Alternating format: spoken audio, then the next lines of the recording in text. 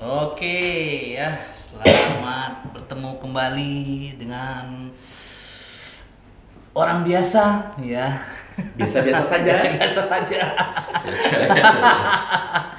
Nah, kali ini kita kedatangan tamu yaitu Pak Sasa Ari Purnomo ya, PhD. Yes. PhD jangan lupa Pak. Nanti kalau PhD itu dikira orang bisa delivery loh. Bisa dibeli pizza. Sama Dr. Erik ya, Iwayan. Jangan Kita salah. membahas masalah apa ya? Apa Ini maksudnya? pembahasan kita ini begitu banyak sekali yang harus kita telaah ya. Contohnya masalah sistem kontribusi informasi. Menurut Pak Sasa, kontribusi informasi dalam sistem pariwisata bagaimana Pak? Wis. Nah, pariwisata ya. Kalau pariwisata di mana, di Batam ya? Iya, kalau di Batam aja. banyak ya kan pariwisata. Iya banyak. Mau pantai, kemudian apa lagi ya? Hotel-hotel, kawasan ya kan. Sejarah penting juga tuh. Cuma kalau itu sejarah ada, tempat ada, tapi tidak diekspos keluar, ya terkubur kan jadinya ya kan. Makanya ini penting ya, ada sistem informasi ya kan. Sistem informasinya nanti jadi dalam sistem informasi itu akan mengkaitkan dengan orang yang mau datang. Iya. Ya, orang yang datang. Nah, kalau orang yang datang kan pasti kita harus tahu dulu sih apa ini isinya yang di Batam gitu ya. Nah, itu termasuk ini dia, termasuk kontribusi besar ini kalau mau membesarkan pariwisata di Batam. Gitu. Ya memang kita singgung hari ini adalah terkait tentang sistem informasi ya, sektor pariwisata ya. Ketika melihat dari kacamata orang datang ke Batam, tentu orang ingin tahu dari segi bukan saja akses, tapi bagaimana mereka mendapatkan informasi yang mereka datang di Batam. Nah, informasi ini kan bisa dilihat dalam bentuk kalau dalam perspektif pariwisata kan dari segala aspek. Bisa jadi misalnya informasi tentang penginapan atau hotel yang ada di Batam itu seperti apa, informasi dengan tentang kawasan-kawasan wisata yang dimiliki di sini itu seperti apa. Setelah itu misalkan dari sistem informasi terkait aktivitas-aktivitas di sektor kepariwisataan bisa mencakup mungkin tentang apakah itu budaya, nilai-nilai sosial adat Melayu, atau misalnya informasi tentang bagaimana kenyamanan dan keamanan ketika wisatawan datang berkunjung ke Batam. Karena memang ya kita ambil contoh saja, kita sebagai seorang yang orang luar ketika kita berkunjung ke suatu tempat yang baru, ketika kita tidak mendapatkan tentang informasi terhadap sebuah kawasan yang akan kita kunjungi itu, tentu nantinya akan menjadi apa ya, semacam pertanyaan. Berarti ini berhubungan dengan teknologi? Iya, sangat berhubungan. Dia mereka saling berhubungan semuanya. Apalagi yang medsos sekarang yang rame kan. Medsos. Apa namanya itu? yang Cijalur. Jalur di Kuantan itu ya. Iya, yang Siapa tanam namanya anak itu lupa saya. Dika. Ya itu kan termasuk level internasional, viral ya. Iya. Jadi kalau kita di suatu wilayah dimanfaatkan ya kan, nanti itu bisa dibuat paket pariwisata, jadi itu bisa menambah ekonomi di situ juga. Enggak, harusnya ada ikonik lah, siapa gitu yang tahanan mana, SMP kah, SMA kah. Ikonik ya. Itulah yang terjadi. Batam secara khusus atau secara keseluruhan di Kepulauan Riau, sebenarnya apa yang dilakukan dari pacu jalur yang di Kuantan Singgi itu adalah suatu apa ya, budaya mereka yang setiap tahun pagelaran itu diadakan. Tapi karena viralnya dari teknologi dan media sosial, ikon-ikon informasi itu tuh jadinya meluas jadi viral. Nah, Batam tidak memiliki itu. Jadi Batam belum mengangkat yang seperti itu. Nah, Padahal itu Tapi kalau di Batam bisa diviralkan ya, kan rame yang mancing gitu kan. Nah, kan mancing itu. Enggak, ikoniknya apa gitu kalau di Batam itu? Batam ini banyak, ada tarian Melayu misalnya dibikin. Lain terus, bosan orang nontonnya. Iya, terus Tapi apalagi itu karena itu yang dimiliki termasuk budayanya. ini budaya itu, Budayanya termasuk kepri nilai itu. nilai besar itu. Pacu sampan pun tak ada. Atau pacu Oh, pongpong. gasing. Gasing. Gasing. Yang unik. Atau pacu pongpong dibuat kan, joget-joget lah kan gitu kan. Viral juga kan. Enggak, saya dulu kan saya kan pertama itu pernah mencetuskan Batam Smart City dulu. Batam Smart City. Smart City. Orang Telkom, orang ya semua pihak dalam bidang digital itu terlibat ya, di bidang itu. Jadi pas Batam Smart City diluncurkan megah. Ya, wah, ya semua orang melihatnya tiba-tiba begitu. Namun pada prosesnya nggak ada kelanjutannya. Nah, ini menurut Pak Sasa sendiri bagaimana Pak? Smart City di Batam udah bagus kok. Ya. Terutama di government ya, dia e-government itu udah banyak dia aplikasi layanan publik yang dipakai oleh masyarakat Batam udah mulai tertata, dan pembangunan jalan, kemudian listrik otomatis untuk lampu, nah, itu udah mulai jalan bagus juga. Sudah terintegrasi nggak nih kira-kira nih untuk ya kalau Batam seperti listrik, PLN, air? Saya yakin Harus menjadi kota yang besar nantinya kalau di Batam. Harus diintegrasikan nggak nih? Ya harus.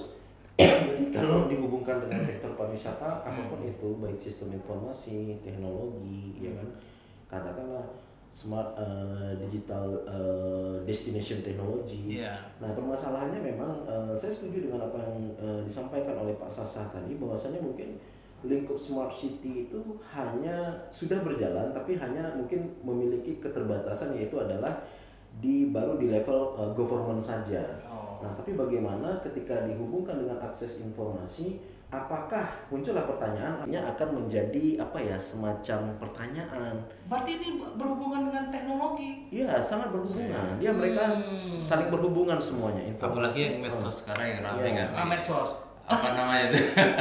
yang Jalur. Jalur di Kuantan itu ya. Iya, yang siapa namanya anak itu lupa saya. Dika. Ya, itu kan termasuk level internasional itu viral ya. Iya. Jadi kalau kita di suatu wilayah dimanfaatkan ya kan, nanti itu bisa dibuat paket pariwisata, jadi itu bisa menambah ekonomi di situ juga. Enggak, harusnya ada ikonik lah, siapa gitu yang tahanan mana, SMP kah, SMA kah.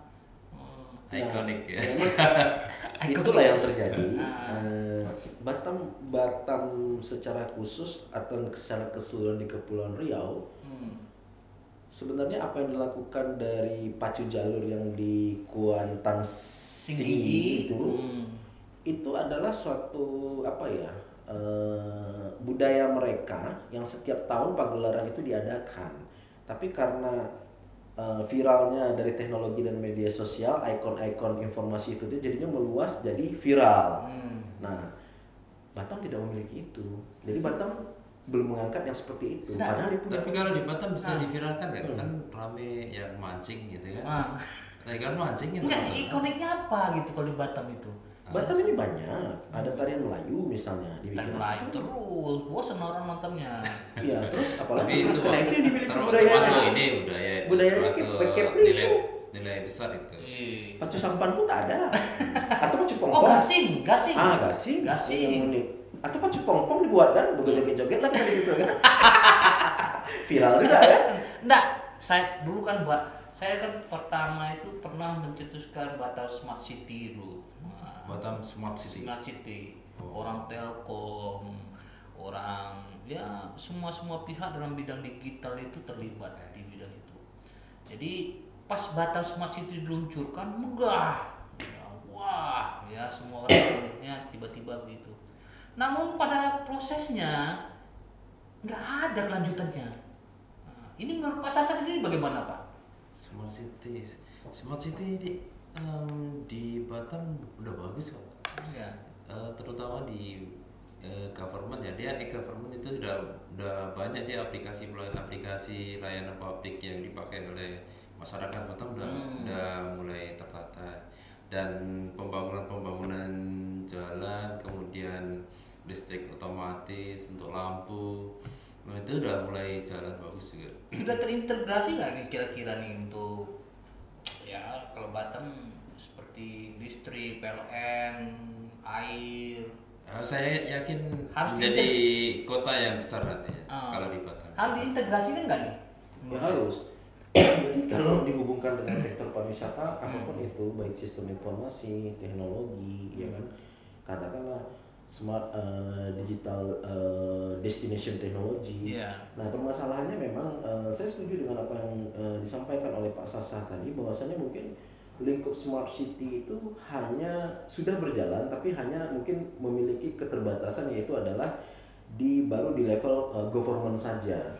Nah, tapi bagaimana ketika dihubungkan dengan akses informasi, apakah muncullah pertanyaan, apakah destinasi wisata atau misalnya budaya-budaya yang ada di Batam ini sudah memiliki semacam informasi yang berbasiskan digital, berbasiskan informasi smart destination digital. Saya rasa mungkin itu dalam tanda kutip, mungkin masih dalam tahap kajian, tahap pemahaman dulu. Nah, Pak Sasa kan gimana? Yang selama ini yang pernah yang kira-kira ya Pak Sasa ini kan Pak Sasa sudah terlibat dalam bidang digital nih. Iya. Itu kira-kira sudah nggak tuh yang seperti yang dikatakan Pak Erik itu? Oh, dari penelitian mahasiswa banyak. Iya. Mahasiswa dan di IDEPA ya. Kemarin saya lihat di beberapa skripsi dan hasil proyek itu banyak mereka mengembangkan aplikasi-aplikasi pariwisata. Jadi kalau dihubungkan dengan aplikasi pariwisata, ini kemungkinan sangat besar sih ininya nantinya prospeknya, ya kan. Apalagi kalau kita main aplikasi kan nggak cuma di Batam, ya kan. Singapura datang, ya kan, Malaysia itu penting di situ.